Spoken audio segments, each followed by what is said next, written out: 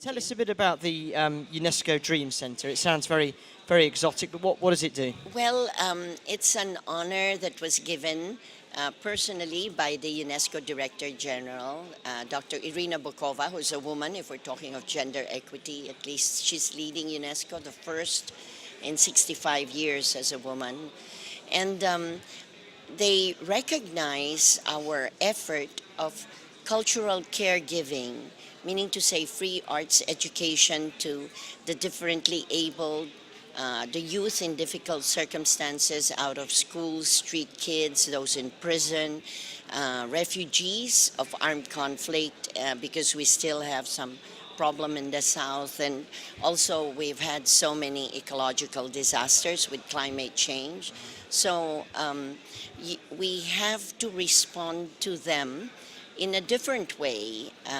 There's, of course, when it's flooded, you bring in the food, the water. Ours is a different healing tool, a therapeutic way of getting them to confront the reality, to rebuild their capacity and confidence, and using the arts and culture as the womb for making this social transformation. And a social transformation from what to what? Well, for instance, if we weren't teaching the blind or the crippled to discover, to mine the gold of talent that they have in spite of the handicap or the challenge, they would be begging in the streets. But now, as a performing group or developing their capacity, they play in restaurants and earn. It's a poverty alleviation initiative through culture. And at the same time, you root them in their tradition, in our heritage. They are made to connect and discover their identity and be proud of it. And this is a base for coping, for change. And many people might say, climate change, it's not about culture, it's about politics, it's about economics, it's about those really tangible things that, really make the world go round. And that's the forgotten ingredient. Because, for instance, climate change needs communication. You have to popularize scientific data. You have to let people understand what is the problem, how can they cope, what are, as you say, the mitigation or adaptation efforts. How are you going to communicate this to the grassroots? They're not all in universities. And that's why media is so important. I work in media as well, so we do soap opera, we have songs, we have poems, we have different paintings, installation art showing what they feel, what must be done. We have the 10 Commandments of saving the earth. And it's their expression, and they're able to connect to their community, to their peers, youth to youth, or farmers, fisher folk. You're able to let them express and even gain insight about their own way. Our indigenous peoples know how to live in harmony with Mother Earth. Can art of the sort you're talking about, can that have a long-term impact, or does it just, you look at a nice painting, you think, well, that looks dreadful, and you move on? I mean, how can you ensure that there's a long-term impact there? Because if you have discovered, if you have been creatively empowered, discovered your capacity, your confidence, that you can persevere, that you know you're going to triumph over adversity because you can cope. You've got the strength of spirit. They were amazed. I think that's why we were chosen as UNESCO Dream Center and also UNESCO Artists for Peace, because they were amazed that a blind, a polio victim, the deaf, or a blind can dance. And the blind is a great violinist. And the blind can compose and touch your heart to stop violence. and save Earth for them. I mean, if these people who have already this challenge, the physical challenge, can show they care, it really touches the audience to the core and conscientizes them, you know? And they say, my God, if they can do this, why not us? So there's a different level of connecting. But the important thing is when we give this training in prison, for instance, and they're in prison, and they can do their paintings and they can do their songs and earn from a record and sell their paintings, and even if they are there in prison, they can give something to their family.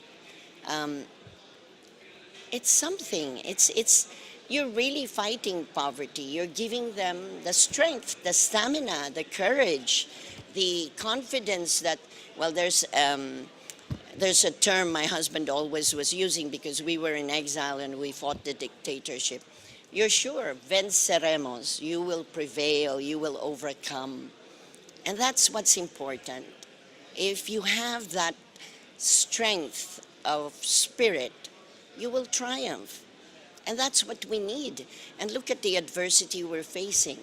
And at the same time, there is that caring. I think the formula to solve this is get rid of greed and put in compassion and caring.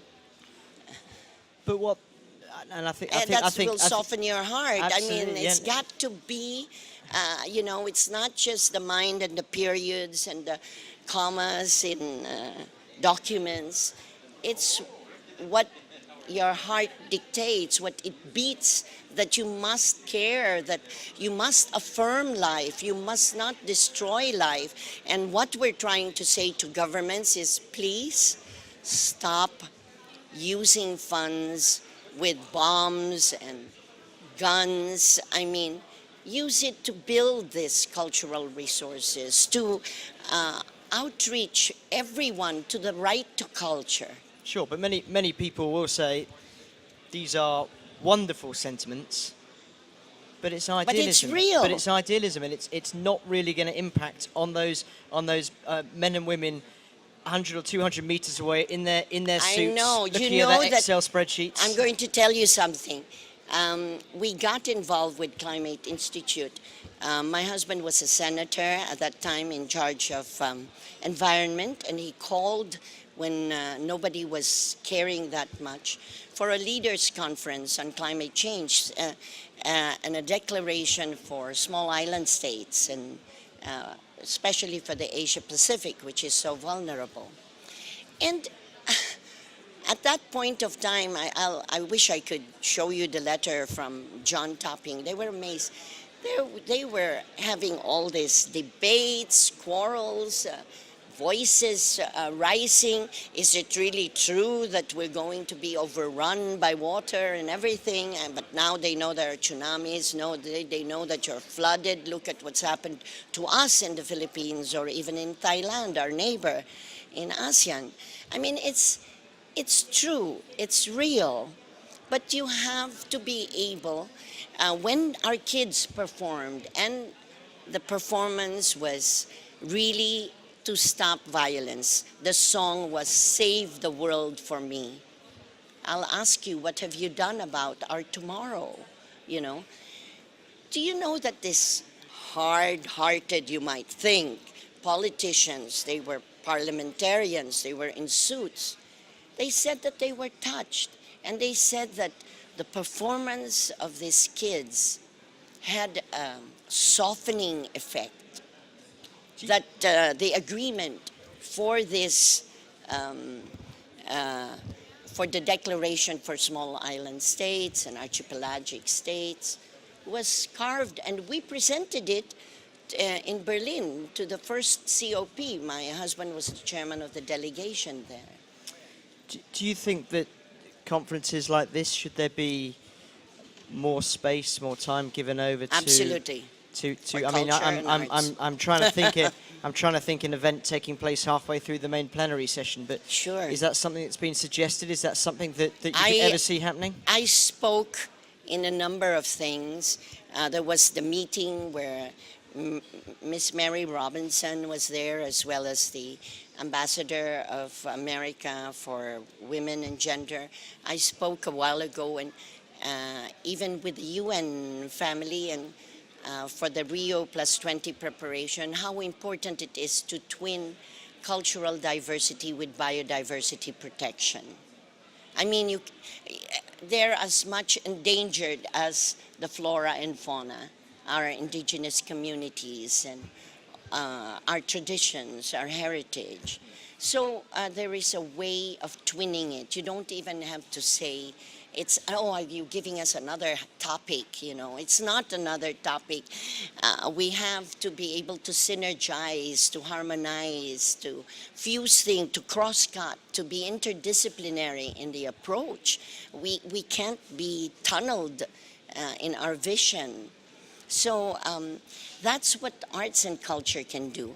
If, for instance, they have somebody, you know, in a break performing in the plenary and being able to express.